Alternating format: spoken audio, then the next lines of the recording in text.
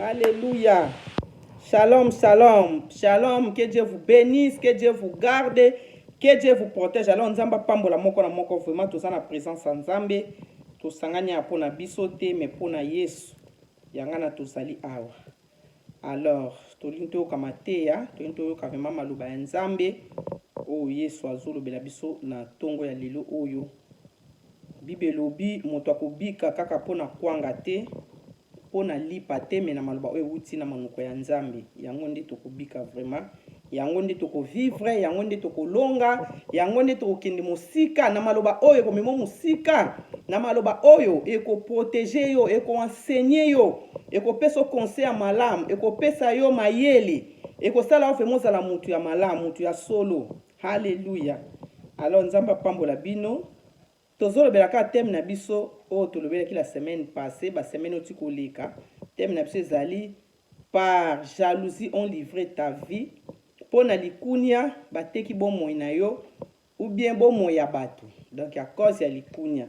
Alors totiraki maloba oyo na mukanda na Matthieu chapitre 27 banda na verset 15 tina 26 mais tozoki tellement passage eza mulai. Tozoki non malembe ndenge Saint-Esprit vraiment azoko guider biso. Alors avant ya koyoka maloba Nzambe tokangi miso na biso topambola Nzambe tokumisa ye bibo bina makamiso fo okumisa Nzambe. Père de gloire, Père d'amour, nous t'élèvons, nous t'adorons, nous te rendons hommage, nous te rendons grâce, nous te bénissons pour ce moment, pour cette grâce, pour cette faveur, pour cette occasion que tu nous as accordée, que tu nous as donnée d'être encore ensemble avec mes frères et mes sœurs.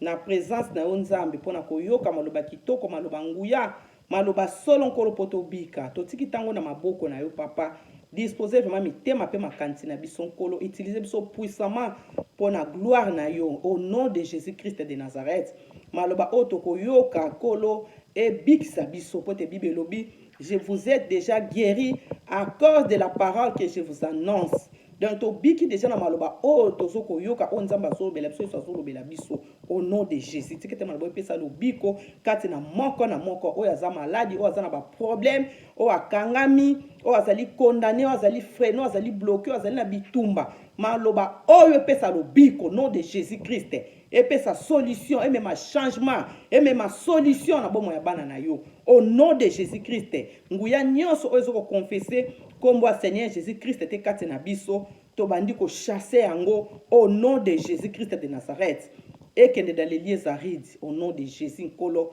to tato li longa na kombo Yoshua Mashia, po azali mon konti po bix na biso ndi to sengi boy. Gloire et louange à toi Seigneur. Merci Seigneur Jésus-Christ. Amen. Alors, le tokolobela kaka tozaka na même passage wana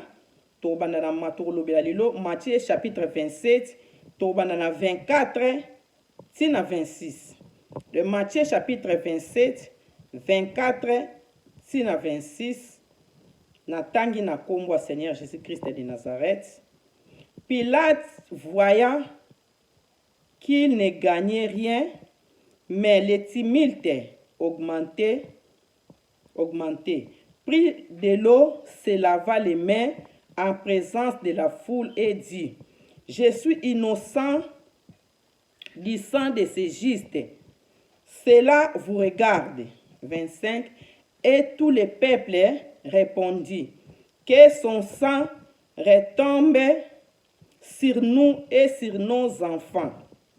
26. Alors Pilate leur relâcha Barabbas et après avoir fait battre des verges Jésus, il le livra pour être crucifié. Alors nous avons vraiment zalokum na malba oto tiko yoko oto tiko tanga. Alors nous avons l'introduction vraiment pour nous expliquer ndenge malba oto tiko tanga lobi. Bible lobi Pilate azaki gouverneur ya Juda. Alors tant bakangi vraiment Yesu pour na kosambisa ye pour na kokatela ye tumbu. Ba mema ki pas vraiment ya Pilate pour na asambisa Yesu akatela ye tumbu. Alors Pilate vraiment amona ke lo monta ko condamner Yesu pour Yesu abatazalaki na ye innocent. Asalaki lisumu te asalaki eloko te abima na mwasa batu te aboma mutu te Yesu aki na mokilo asala lisumu te abima na mwasa mutu te aboma mutu te asala lisumu moko te mais ba condamner akufa. Alors Pilate amona ki ete Yesu azalaki na ye innocent Alors Pilate asalaki na monaki makambo yango azoko gagner nango eloko te, azo gagner ne eloko te ya makambo ya Yesu. Banda baya na eka ba problème, ba accusation, ba makambo ebele bele makambo moko ya buzoba. Alors Pilate amonaki vraiment na makambo yango ya Jésus Christ azo gagner eloko moko te, et puis mobulu peuple comme ko sala mobulu comme ki ko continuer. Alors Pilate abaki nga fona s'arrêter na makambo ya Yesu. Fona tika yango pona moni ezoko za mobulu solution ezate muta bato baza na innocent. Alors na tika makambo. Alors Pilate atikaki yango alobaki boyela nga mai na sukula maboko na lunga na makambo. Baela ki Pilate mai asukola ki maboko na ye alongwe na makambo oyo ya Yesu. Alo makambo etalinga suste tali bino moko makila innocent oyo tombe likola mutu na bino. Alors peuple full bandimaki, peuple bana Israël full bandimaki ete makila Yesu etombe likolo na bango moko et puis likolo ya bana bango, donc bandimaki charge wana. Alors Pilate apesaki bango Yesu bakende ko livrer ye. Alors pour peuple ndimaki ete makila Yesu etombe likolo na bango na likolo ya bana bango, pote peuple azalaki manipulé, azalaki enfoute. Alléluia. Alors batu mingi le to bandi mater na biso vraiment batu mingi bandi mabe koma ekoma likolo na yo, ou bien likolo bana na likolo ndako na likolo na mutu na mabe komela yo. Eza ba enfoutement. Mutu azana mutu vraiment azotambola na molimo nzambe, mutu atambola na vérité na solo, mutu ayebi aza vraiment mutu na ezo sala malombe, mutu ayebi nzambe atambola na solo ko ndima te mabe tombe likolo na ye. Alors atomoni peuple ezo ndimake makila innocent etombe likolo na biso de mabe wana nde babomi Yesu masumu ne tombe na likolo na bango. Po ezalaki bango te bazalaki manipuler na bato bayaki ko balivraki Yesu na mort, eza na bato bakangaki Yesu balivraki na mort, ba souverain sacrificateur ba commandant du temple bon bakangaki Yesu balivraki na mort, bon balivraki Yesu na mort, bon bato ba manipulaki peuple endima ete Yesu akufa. Peuple bazebaki na bonté bazaki na ba innocent, mais ba souverain sacrificateur na ba commandant du temple ba koti kati ya peuple ba manipuler peuple mutu ba manipuler peuple mayele peuple ba changer bango mémoire esprit bandima ete ba boma Yesu batika Barabas de ba boma na bango Yesu oyo aza innocent batika Barabas nde tozomona le bato bazondima na bango mabe tombe nango likolo na passé tombe nango likolo na ye ezaka manipulation ye baka yango lelo yo muto ndima ka ba pasi yo ndima ka mabe olingi ondima ba pasi ondima bo linkolanda mabe linka kanga na mabe eza envoûtement. Donc eza diable a koti kati na yo pour a détruire vie na yo pour asala yo mabe. Tozo komona yango peuple bazalaki animé na bato bazalaki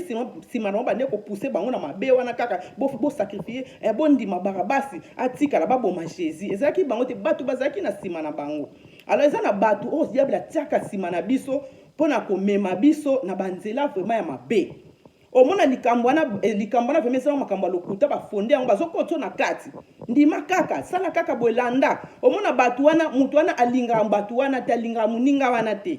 ou bien sepelaka na ndeko wana to bien azaka contre ndeko wana azaka jalousie contre ndeko wana komi ko lukele ba problème ala komi ko zona bino ba innocent akomi ko kota bino na sima bo ina mutu wana za na innocent ina ndeko no wana ina frère no wana soki ya ini mutu wana yopo kota o ina mutu wana non batu mingi na mondo ba ndengwana soki alingi mutu wana te alingi ndeko wana te ako manipuler pe baninga mususu bayina muninga wana bolinga ete bandi kokosa kosama bolanda ete bolinga ete bolanda ete sa mutu mabe aza bandi kokosa kosama mbalo kuta nde basalaki Yesu ba souverain sacrificateur bande kolinga Yesu ta cause étoile ya Yesu asalaki nzambe abande kosala makambo minene aki kozwa place na bango ala bayokelaki ye jalousie bakoya mo bande kokosele makambo pe to mona lelo batu baza balinga baninga ta limu ninga ta makomi kosala tout batu tout na na quartier ou bien na famille ou bien entourage boza boyina pe muninga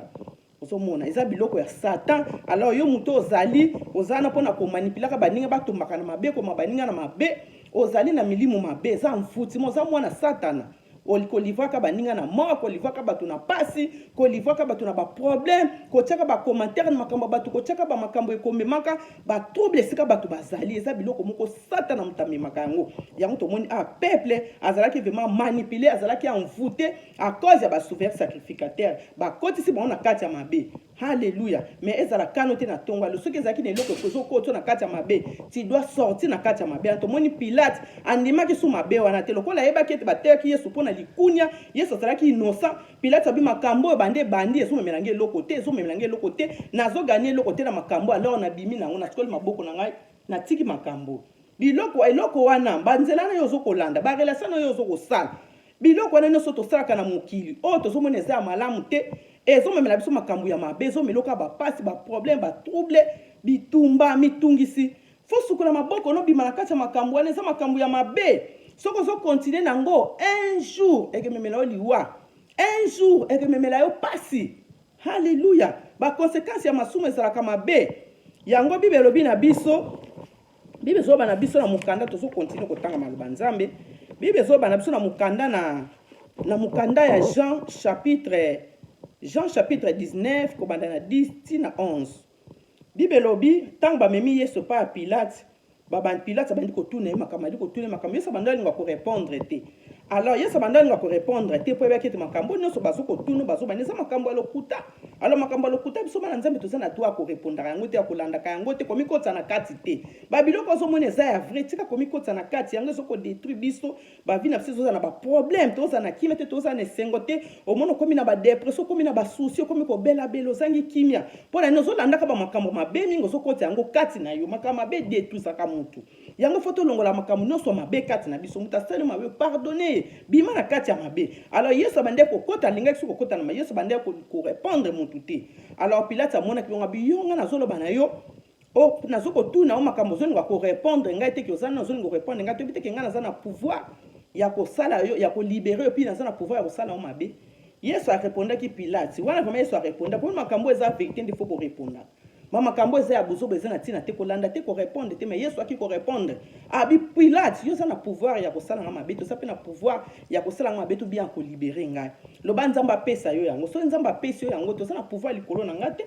Alors diable aza na pouvoir likolo na te biloko noso to so mona bato noso bazoko nimaka bato na mabe na misana bango ya mabe eza na pouvoir likolo na yo te. Misala noso Satan eza na pouvoir likolo na te ba maladie to so mona ba pasi bitumba mitungisi biloko nyonso ezo confesser kombo ya Yesu te eza na pouvoir te na bomo na yo ni na liboto ni na bana na yo makamno ezo komela biso eza na makamno so mona mabe na mokili eza na pouvoir likolo na biso te moi na eza na pouvoir likolo na te poza na eloko na ete yo eza na problème na ete aza na pouvoir na yo Satan so yo eza na makambo na ye na kati na yo ozoko tosa ozoko landa yo ozosala mabe en tout cas Satan azaka na pouvoir likolo ya bato ndenge wana mais soki oza na eloko na ete oza na makambo na ete oza na nzela na ete aza na pouvoir likolo na ete yango esalobaki ntango ekoki moyini azokoya mpona kokanga mene naza na eloko na bango te naza na eloko na ete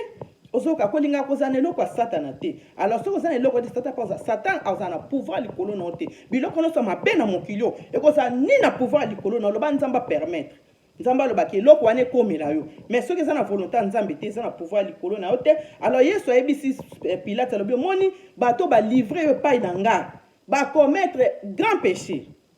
ozoyoka bato balivre Yesu epai ya Pilate ba crucifier Yesu Yesu abosali bato wana bakommettre grand péché kolivraka bato na mabe eza kokommettre un grand péché bato bayebaka yango te totika kolivaka baninga na mabe kopusaka bato bakende na mabe boyina mutu wana bwakisa ye kolobisa ye te tonga ye finga ye bwakisa ye sala ye boye eza na bato baza spécialement mpona bongo Satana azokotize mpona koma bato na mabe tozomona wana mokili na ta oyo bato ebele bazoma bato na mabe même ba président bazoma ba mboka na bango na mabe même ba batebele na ba famille to ça bazoma biso na mabe même na ba entourage ça na bato bazana Satana tia bango spécialement pona komemaka bato na mabe. Alors yo petango sokota na kati ya mabe wana osoko commettre grand péché ya ko livrer ka baninga kokota bato na makambo ya mabe koma bato na banzela ya mabe kosala ka ba makambo ezoko tosa kombo ya Yesu te osoko commettre ezali grand péché. Alors komemela yo pasi yango to moni Yuda oya tekaki Jésus Christ Yudasi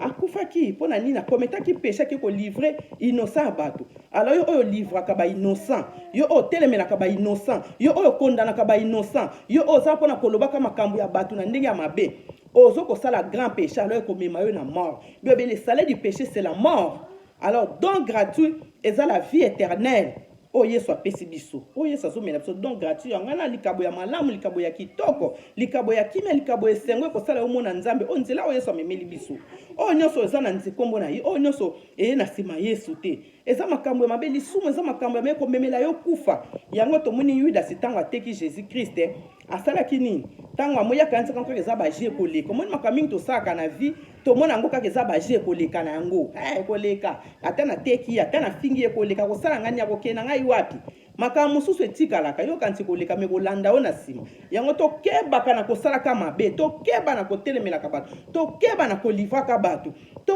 tokeba na koayi bato tokeba tika kolivre bato na bamort na bana kisongisongi na yo na kokabola baninga na lokuta na makambo ya mabe ekosukela yo mabe ekosuka mabe. Alors Yuda sakantsaki yango ekoleka ndenga atekaki Jésus po azali lokoso ya mbongo po lokoso ya mbongo na mokili moto ezokomema biso na makambo mingi mpe susu ya mabe. Yuda atekaki Yesu mpona nini lokoso ya mbongo azwa mbongo wana akanisaki ya kobonga nango soki akosala yango nini nzoka mbongo oyo ozokozwa na nsima ya makila ya bato okobonga nango te eloko nyonso oyo ozokozwa na nsima ya makila ya bato na nsima ya kosakrifie baninga ya konyokola baninga ya komonisa bato pasi okobongaka na mbongo wana te okosala nango mpe eloko moko te salaka mbongo na yo na ndenge ya malamu zwaka mbongo na yo na ndenge ya malamu lukaka mbongo na yo na ndenge ya malamu oke na mosala nde nzambe asala moto nyonso fa asala aluka na motoki na ye oke koluka na motoki no nzambe akopambola yo mais soki ozokozwaka bambongo na ndenge ya escroquerie na ndenge ya bafraude na ndenge ya lukuta na nsima ya bato fo kosa nanu mutu mpo yo ozwa mbongo ça c'est baarme ya sata na biloko ya sata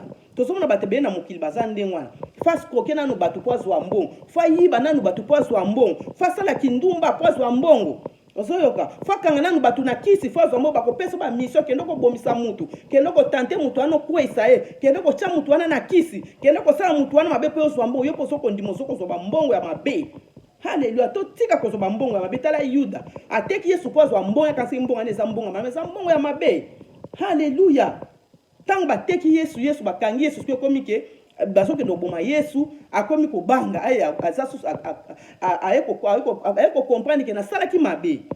atike Yesu akende kozongisa mbongo wana balingi soki ozwa mbongo te ekomi trop tard ozomona babiloko tozosala na mokili alors tokeba tozala mayele bana nzambe totika kolivaka bato akoza biloko ya mokili. Haleluya tomoni Yuda sa livre Yesu mpo na mbongo mbongo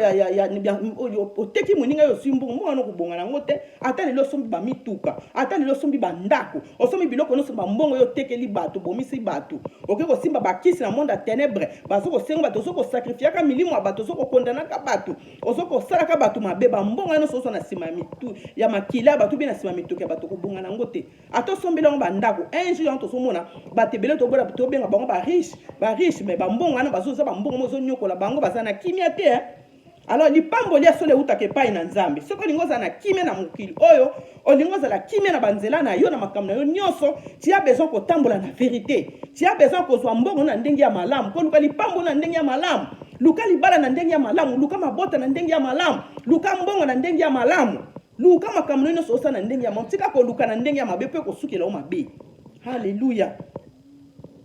tomoni Pilate suki tomoni bolimbisa tomoni Yuda sukilaki mabe akansaki koleka makambo tosaka tomoni koleka na sana ngaki ndumbe koleka na yango ata na lai na mibali sana lai na mibali dizi na boti kuna na bali kuna na ke kuna na fraude kuna na escroquer kuna na yibi kuna na sali ba vantire nanga ekoleka na ngo nzamba olimbisa nga c'est bien nzamba limbisa biso olimbisa yo même ko les ali ko payer ba conséquences masumo zo sala bato musu bakansa bonga nzamba kolimbisa koleka makambo susu eleka te kokanga yo neti ya Yuda seleka kite etelemelaki ye sukelaki ye mabe alors mbongo akendeki kozwa mpona lia kwa suko lia yango te keba na bambongo na mokomo soko lia yango suto kotika yango bavio soko mene ya mbango to soko landa na mokilo satana azotambwisa mokili vitesse satana séduit bato na biloko ya mokili bato bazokende vitesse moto akoki kopaye prix mpona asala na ye makambo nyonso ya mabe pourquoi bakoloba nopesa motu poison tieli motu poison bapesi yo mbongo yo mpo ozwi mbongo wana kokolia mbongo ya malédiction bakoloba na yo te kende simba bakisi ozwa mbongo ebele oke osimba bakisi ozwi bambongo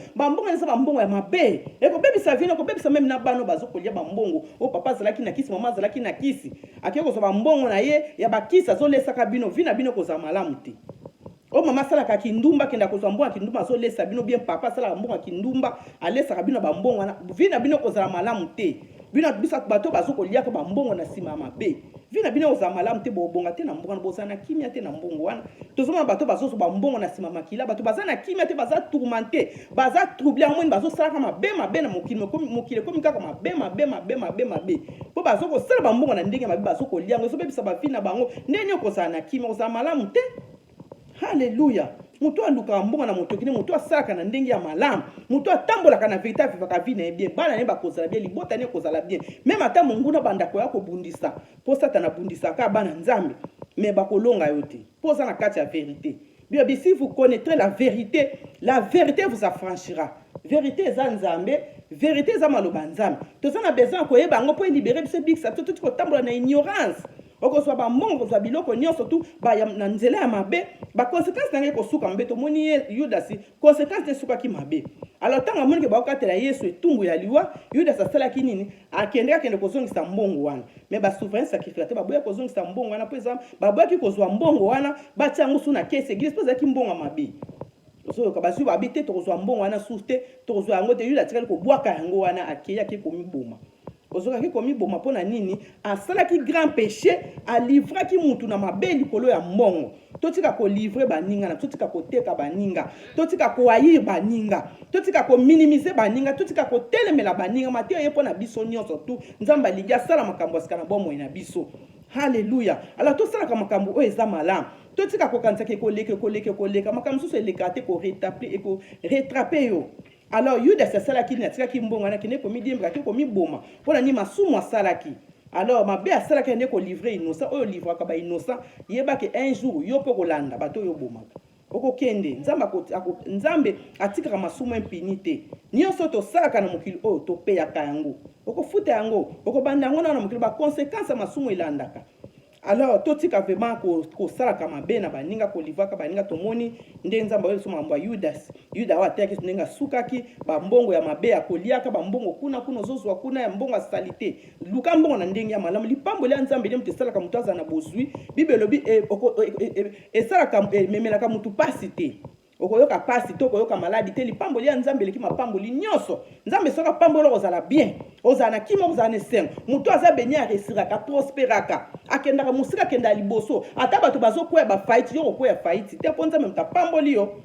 ata bato bazolela yo kolela te ata bato bazobeba yo kobeba te ata bato bazokufa yo kokufa te mpo oza beni moto aza beni azalaka prospere akendaka liboso akenda mosika akweyaka te na mabe nous avons besoin lipamboli ya nzambe alors totika kowelela biloko ya mokili na ndenge ya mabe Hallelujah. Tomoni baconséquence ya masumu ezali tofutaka yango yo okanisa makambo na sali koleka nzamba ko pardonner yo mais baconséquence kofuta yango omoni nzamba ko pardonner limbisi ye mais alobi okufa koza masumu sali ou bien ko beba ou bien ko za maladi ou bien ko bala susu to ko bota lisusu te okokoma ozwa susu mbongo te okosala susu te na mokili a cause masumu sali baconséquence elandaka quand tozomona baconséquence ya masumu ezali bapunition ya masumu ezali zo réclamer batebeli na mokili a cause mabe bakoko na basala kita musu baparana na basalaki ta mususu kende yo mokende ko sala tokende ko tomona batebeli mona longola bazemi alongola bazemi ebele tanga komi na libala bala akozwi libala malamu abando bota mabote ezate wana eza baconséquence ya masumu ozomona obandaki kotrahir bato kosalaka makambo mabe alingi sikoza na kimia eza lisusu te biloko ane komi koreklame yo masumu ereklamaka biso yango David abi me péché est constamment devant moi masumu na ngai eza liboso na ngai ozoko masumu ezaka liboso ezaka nsima te okanisi eleki te koretrape yo kolanda yo alors tokeba vraiment na bible na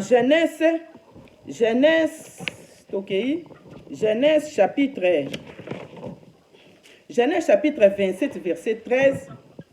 maloba nzambe pe ezolobela biso kaka cause ba conséquence ya masumu alors tosaka na thème na biso tozolobela par jalousie on livré ta vie na likunya na nzela ya likunya bateki bomo no bibomo ya bato bateka na cause ya likunya tosaka na thème na biso wana to binto eza mateya tozokoloba alors Genèse chapitre 27 verset 13 appelle les mêmes choses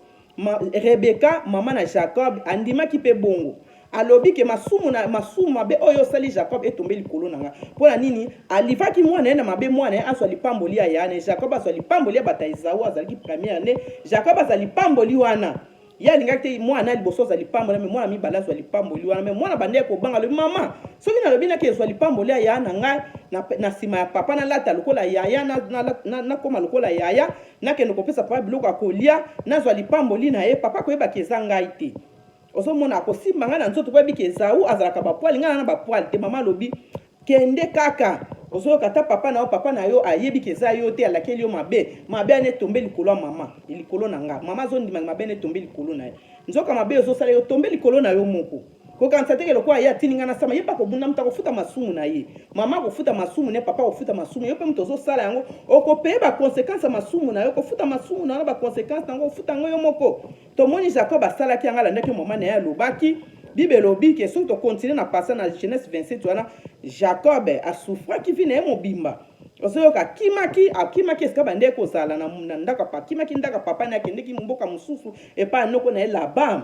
osoka kuna sika kendeki amonaki pasi Jacob akende ko souffrir même na nzela bande ko kenda kome kolala la kuna ko kimaki ko souffrir ko banga bakola ni Esau abande ko luka bomaye osomona ba conséquences masume ko sala osanga kimia ekosala ozala esika moko tozala sous stable tozanga kimia okoma ozala kuna lelo kuma kotelenga na baconséquence masumu ebebisa bavie ya bato zoma bato ebele lelo masumu bapara na bango basalaki bapapa na ye mama na ye asalaki ezolanda mwana omona mwana komi mitelengano mwana azanga kimia mwana azanga esengo ntango ozomona moto aza na baproblème yango fo kotretaka makambo ya bato bien tosambelaka mpo na bato bisambela te moto aye kaka aza maladi ubi aza na baproblème ezotungisi yo bandi kaka koprie fo kovandisa motu koyeba esika nini kobanda botama kola vi nini amena makambo nini asala après koluka oyeba ndeni bokosala priere mpo na motu wana fo kosenga na bapardon ozomona alors baconséquence masumu elandaka vraiment koyeba état d'âme ya motu bien alors Jacob akendeki okome kokima ke tie pa noko ne là-bas mo azalaki nganga ke ofanti na ndako nganga yango moni batebela kaza conséquence masumu okomi kosimba na bakisi okomi kokota na bandaka banganga okomi kokota na bassemblée ya mabe alors baconséquence masumu na mutu mabe le tozomona batebele omona osana yo bien mais ozalaka oswaka bakamarade ya mabe okotaka na mangomba ya mabe makamka mabe me okendaka na banzela ya mabe olandaka banzela ya mabe mpona nini baconséquence masumu osalaki ezokolanda ye toyebaka Alléluia. Bible dit mon peuple périt faute à connaissance. Alors tant que on m'a besoin landa yo, faut y besika ni wuta, banzani na kota makamni na leka ba vini na batunga na bebisa. Tout ça faut bananza beto e bakayango. Ozoyoka Jacob akyo kola tina ndako nganga zo mona zoke kota kana bandaka banganga zoke ndo simba bakiso ke sambela bikieko osaka na kati ya mobulu fina mobulu a cause ya conséquence ya masumu mama na Jacob andima kiete sala na yo zwa lipambola ndeko no ngam na kofuta ngonjoka bandeko kosa mwana yo pezo sa masumu no mwana yo pa kofuta ya yo mutu na mutako rende compte na liboso nzabe mutatika ko batika ko tromper yo tozala mayele bato ba trompa ko batinda ba livre ko na masumu yinaka bato bomaka sala ka boye kota boye yo pozo landa. Non, faut refuser babiloko o. Alors Jacob akende ko vana ndako nganga. Alors kune zaki pete kutimi na bango. Alors noko na bangana zaki nganga koti Jacob na kutimi na bango ya mabe kutimi ya kobala. Ye alifala bala mwasi moko bakyo kote na basi ebela komi ko bala basi ebela bali ya bali leki abali baboy ya baleki ya basi na ye. Aboti suna bolimbisanga abali leki na kulutu epake ko bota aboti na bango bana epake ko bota susu na babon ya basi na ye ozomona ba conséquence masumde zo mutu na mbindo ezo mutu na salité na trouble. Alléluia. Yango ozomona tangu Pilate amoni ba makambo nyonso tu Pilate asukula ki maboko na binga na kota te na longa na makapo peuple bazoni ngoyoka te bakomi na trouble sika satana sika masumu eza esika bato bazo tambola mabe trouble ezalaka vino ko sana trouble. Yango tozomona bavia batebele lelo pe eza na trouble mabale bele eza na trouble bafaye be eza na trouble bafaye be eza na trouble à cause ya masumu. Alléluia. À cause ya mabe memela mutu na trouble. Alors Jacob va comme ko souffrir. Alléluia. Ke ko bota bana ebele et puis bana wana bazalaki biso bana bazalaki pe bana moko malamu taboti bana baza ba inosa ba ye nzambe mutapesi ozo boto kanza ça bien boti kuna bana batu bayana mukili baza ba inosa nzambe pesi bango me via bana pe ko za malamu te to moni via bana ya Jacob ezaki na ba problème bana bande ko lingana te ko yoka na te ko kabona moni même ba jalousie et yaki ko kota entre bango baki ko teka Jacob et baki teka Joseph bazui ndeko na ba teki en Égypte bazui elamba na ye ba kangi ndeko na bango bateki ye na Egypte kuna ozomona ba crime basala cause ba conséquence ya masumu to keba na ba conséquence ya masumu bateki Joseph na Egypte Joseph akeki esclave bazui elamba na ye bazui nyama babomi nyama na bapakoli nyama na makila bapakoli elamba ya Joseph makila ya nyama bakeo la papa na bango ke Joseph akufi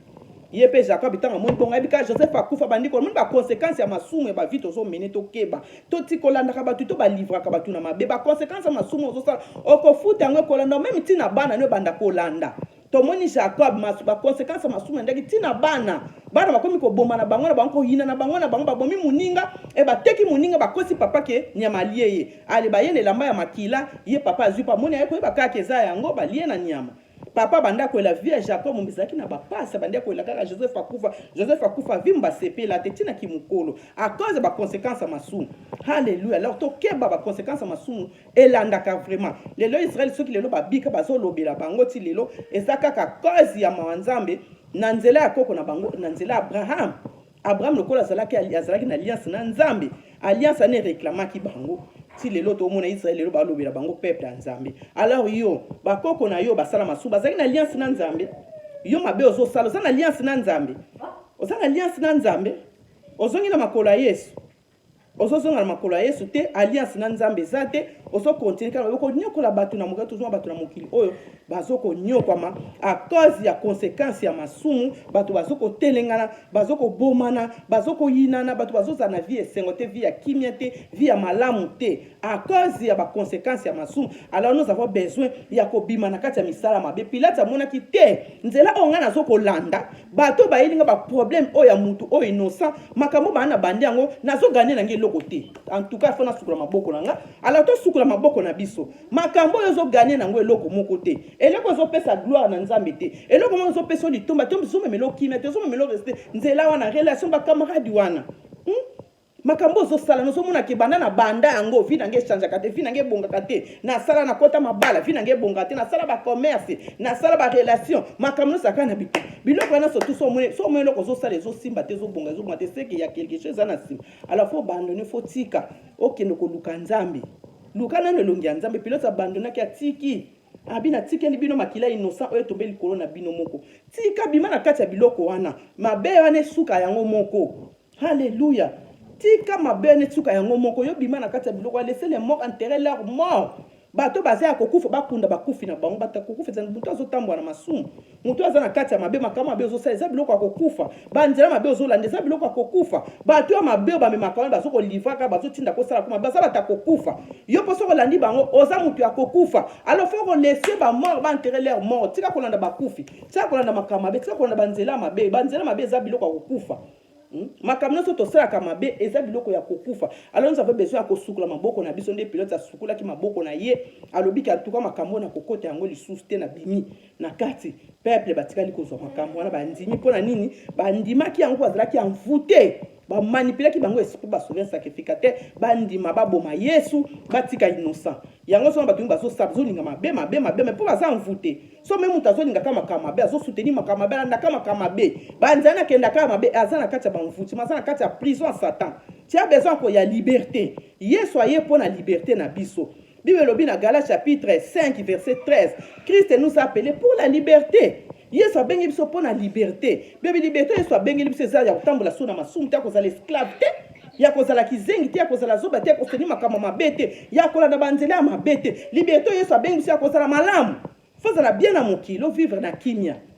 Alors to bima na makambo nyonso ezali ya mabe to tika ba complicité na Satana bima na complicité no so yo kotaki soki ozaki na complicité na Satana bozaki na complicité bosala kana Satana olia kana bango melaka na bata mabe olala kana bata mabe ozana kati ya misala mabe yango Nzambe azokoloba na biso poto bika. Alors Nzamba tika biso na ata osala mabe Nzamba tika mutu na ignorance te ata osala mabe Nzamba tika mutu na ignorance te Nzamba aka toujours koloba na biso Nzamba loba biso na nzela maloba na ye na ba vision na ba songe na ba révélation na ba prophétie omona Nzamba zo banolika moko boye te tika ou bien biloko boye ko ye ko salama to yo kaka so Nzamba zo koloba basala Nzamba to butumo basoko te maloba Nzambe na mokili mobimba na ba réseaux sociaux na ba église partout to zo ko te maloba Nzambe.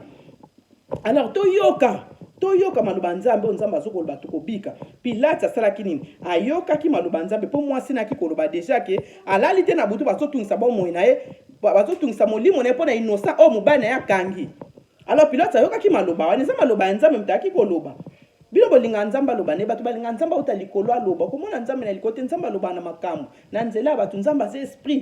esprit nyonso tout Nzamba za esprit Satan pas esprit omona eboite a utiliser ke loko po kota sala même Nzambe pe pas sala kati ya mutu a utiliser ka bato akotizolo ti ndoto moko bo mutalo bino likamo bo malamu eloko moko na ba vision na bato tem soupe na Bible na maloba Nzamba zo loba na yo. Alors so Nzamba lobi foko yo Pilate ayokaki asaki na sukula ki maboko en tout cas leto sukula maboko na biso na makamino so ya mabe to tika yango to landa Yesu